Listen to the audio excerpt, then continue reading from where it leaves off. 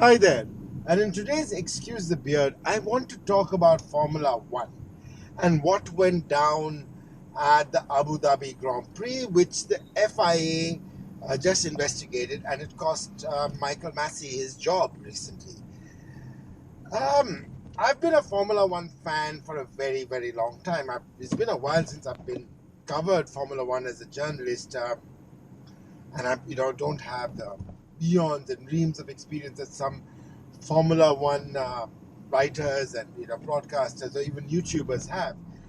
But as a racing fan and not a Max fan or a Lewis fan, I found what happened at Abu Dhabi to be very contrived and very fake, and it felt bizarre. Now, you also want to talk about the fact that the 2021 season did not have to be so close. Had Max not been so aggressive at Silverstone, he would have won the championship easily. Had Lewis not been madcap at the restart at Baku, he would have won the championship easily. There was no reason for the championship to go down to Abu Dhabi, and we didn't have to face this entire chaos. Anyhow, while I'm sure the FIA was trying to sort of groom Michael Masi into a Charlie Whiting sort of role, the way the race director and for the teams to communicate with the race director and make their case felt very weird, right? I mean, it's like in cricket you have a DRS, and then say Rohit Sharma goes and talks to them, but no, but you see the angle there, no, it should not be umpire's call, whatever. It's like VAR, and you expect is a goal offside, and no, but his shoe size is size 8, like Messi. But it's just bizarre. It just felt bizarre that these constant communications between Red Bull and Masi and Mercedes and Masi,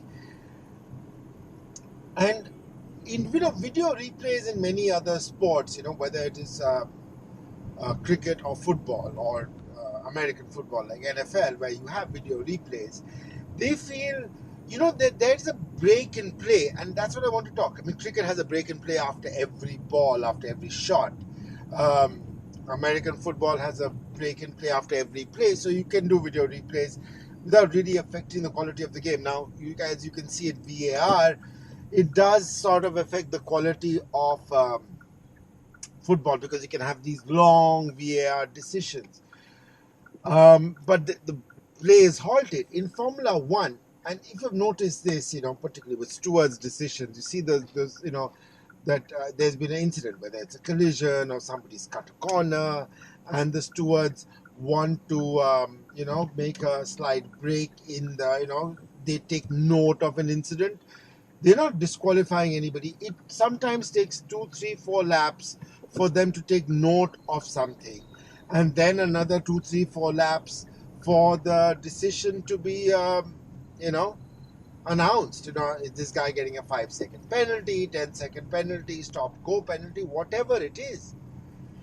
And the race is continuing, right? I mean, Lewis got a penalty at Silverstone for causing the collision between him and Max, but the penalty he got was moot, because by the time it was announced, whatever, 10 seconds, I think, if I remember correctly, he had already gone way past 10 seconds. He created a huge gap between himself, and that's, I think, a problem with motorsport. You cannot stop because you're taking a decision.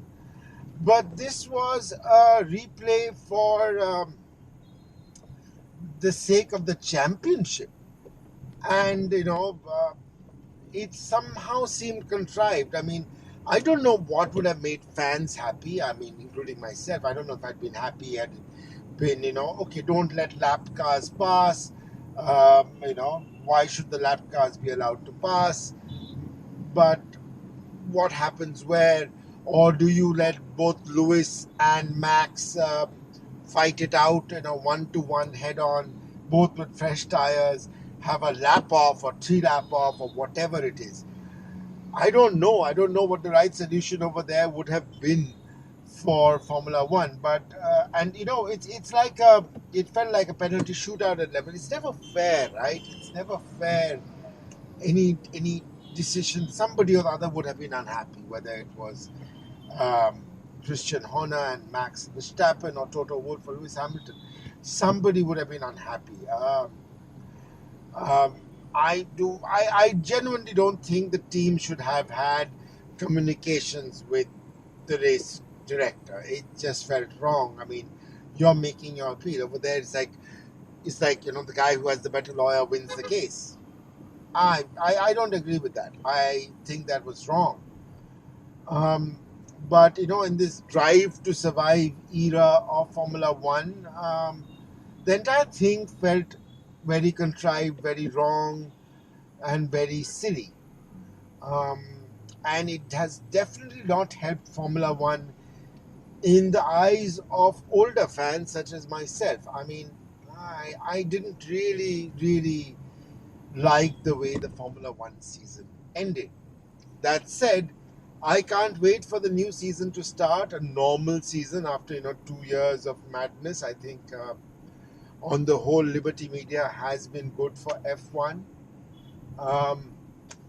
And I'm really hoping, looking forward. I mean, the new cars, the 2022 cars, look superb. I think they look so much nicer. The front wing end plate is a bit too big. It's a bit too Indy car, for my opinion.